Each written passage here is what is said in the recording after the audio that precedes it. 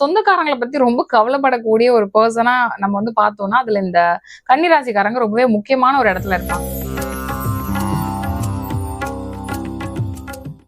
நெறைய நாலேஜும் வந்து இருக்கும். நெறைய அன்பு காட்டவும் தெரியும். என்னன்னா பொழைக்க தெரியாதவங்க அப்படின்ற மாதிரி ஃபைனலா ஒரு பேர் வாங்கிட்டு போவாங்கன்னு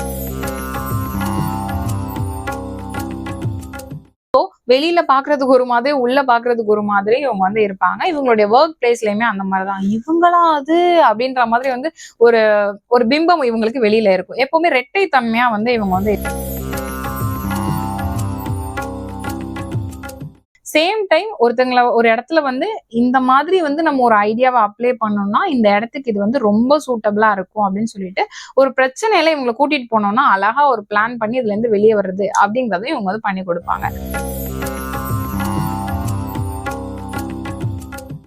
சோ இவங்களுக்கு எந்தெந்த ராசிலாம் செட் ஆகாத ராசிகள் அப்படின்னு பாத்தீங்கன்னா,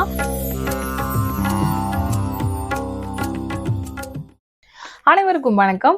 இந்த வீடியோல நம்ம பார்க்க போறது கன்னிராசி. கன்னிராசி பொறுத்த அளவுல நம்மளுடைய சொந்தக்காரங்களுக்கு வந்து ரொம்ப இம்பார்ட்டன்ஸ் கொடுக்கணும் அப்படின்றதுல வந்து ரொம்ப ரொம்ப கான்சியஸா இருப்பாங்க. சொந்தக்காரங்களை பத்தி ரொம்ப கவலைப்படக்கூடிய ஒரு பர்சனா நம்ம வந்து பார்த்தோம்னா அதுல இந்த கன்னிராசிக்காரங்க ரொம்பவே முக்கியமான ஒரு இடத்துல இருப்பாங்க. வெளியில பாக்குறதுக்கு இவங்க வந்து ரொம்ப வேற மாதிரி இருப்பாங்க. ரொம்ப க்ளோஸ் சர்க்கிள்ல நீங்க பாக்குறீங்க. இப்ப வந்து இவங்களோட ஒய்ஃப் கிட்ட கேக்குறீங்க, இவங்களோட அப்பா அம்மா கிட்ட கேக்குறீங்க, இவங்க குழந்தை கிட்ட கேட்டீங்க அப்படின்னா இவங்களை வந்து வேற மாதிரி சொல்லுவாங்க. சோ வெளியில பாக்குறதுக்கு ஒரு மாதிரி, உள்ள பாக்குறதுக்கு ஒரு மாதிரி இவங்க வந்து இருப்பாங்க. இவங்களுடைய ஒர்க் பிளேஸ்லயுமே அந்த மாதிரிதான். இவங்களா அது அப்படின்ற மாதிரி வந்து ஒரு ஒரு பிம்பம் இவங்களுக்கு வெளியில இருக்கும். எப்பவுமே ரெட்டை தன்மையா வந்து இவங்க வந்து இருப்பாங்கங்க.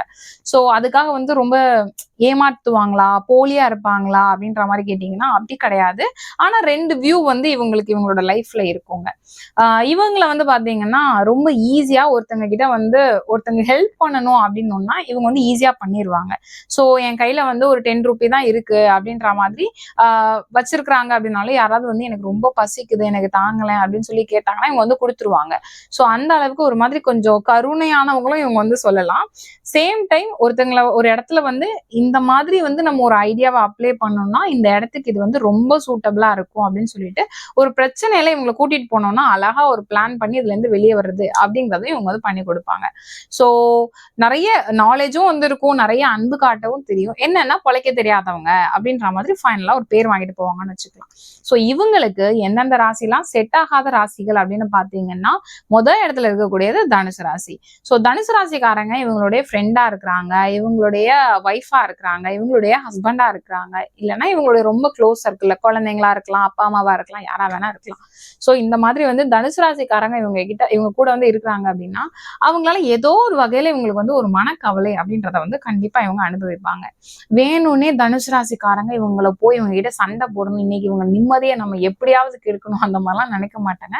ஆனா ஏதாவது ஒரு வகையில அவங்கள யோசிச்சு ஒரு மாதிரி வந்து கவலைப்படுறது, ஒரு மாதிரி வந்து ஸ்ட்ரெஸ் ஆகியே வந்து இருக்கிறது அப்படின்றது இவங்களுக்கு இருக்குங்க. அடுத்த இடத்துல இருக்கக்கூடியது கும்பராசி.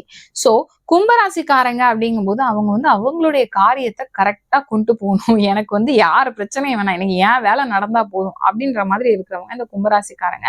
சோ அவங்களையுமே வந்து இவங்களுக்கு ஒரு பிரச்சனை கொடுக்கணும் அப்படின்னு கொடுக்க மாட்டாங்க. பட் என்னன்னா கால சூழ்நிலையின் காரணமா இவங்களுக்கு இந்த மாதிரி அவங்க ஏதாவது ஒரு விஷயம் வந்து செய்ய போக அது இவங்களுக்கு வந்து ஒரு கெட்டதா மாறி போக அந்த மாதிரியான ஒரு சூழ்நிலையை வந்து இந்த கன்னிராசிக்காரங்க ஃபேஸ் பண்ணுவாங்க.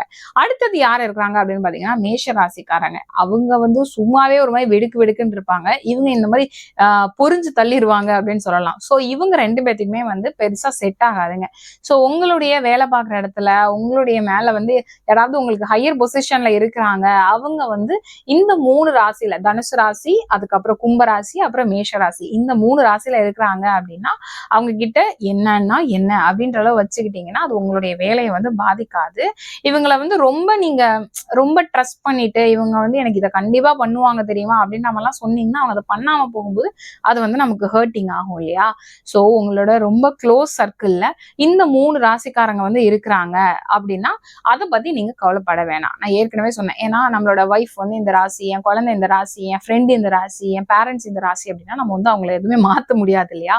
சோ நீங்க வந்து புதுசா ஏதாவது ஒரு விஷயம் வந்து பண்றதுக்கு நீங்க இப்ப முயற்சி பண்றீங்க. ஒரு பிசினஸ் ஸ்டார்ட் பண்ணணும்னு நினைக்கிறீங்க. இவங்க வந்து நான் ஒரு கூட்டு தொழிலுக்காக இவங்க வந்து பார்ட்னரா சூஸ் பண்ணலாமா, இல்ல நான் வந்து ஒரு இடத்த வந்து முடிக்கணும்னு நினைக்கிறேன், இவங்க பேர்ல வந்து நான் முடிக்கலாமா, இல்ல இவங்க கிட்ட நான் வந்து இடத்த வாங்கலாமா, இவங்க கிட்ட வந்து நான் ஒரு பொருள் வாங்கலாமா, இப்போ ஒரு வண்டி வாங்கணும், ஒரு செகண்ட் ஹேண்ட்ல வந்து ஒரு வண்டி வாங்குறேன், என் ஃப்ரெண்டு தான் எனக்கு நல்லா தெரிஞ்ச பையன், இந்த ராசி அப்படின்னு பாத்தீங்கன்னா நல்ல ஒரு வண்டியா தான் இருந்திருக்கும். நீங்க வாங்கின நேரம் அதுல ஒரு பெரிய செலவு வந்திருக்கும். அப்புறம் ஏன்டா இப்படி நம்மள வந்து ஏமாத்தி நம்ம தலையில கட்டிட்டானே அப்படின்ற மாதிரி ஃபீல் பண்ணிட்டு இருப்பீங்க. ஸோ இந்த 3 ராசிக்காரங்க வந்து உங்களுக்கு ரொம்ப நெருங்கிய உறவுல இருக்கிறாங்க அப்படின்னா ஓகே, நல்ல சந்தோஷமா நீங்க வந்து என் ஃப்ரெண்டா இருங்க, நீங்க வந்து என்னோட ஃபேமிலியா இருங்க. ஆனா அதுக்கு மேல வந்து ஒரு அடுத்த ஸ்டெப்புக்கு வந்து அவங்களை எடுத்துட்டு போக வேண்டாம். இப்போ நீங்க அன்னோன் பர்சனா இருக்கிறாங்க அப்படிங்கிற பட்சத்துல சுத்தமா அவங்களை விட்டு அவாய்ட் பண்ணிடுறது அப்படிங்கிறது உங்களுக்கு ரொம்ப ரொம்ப நல்லதுங்க.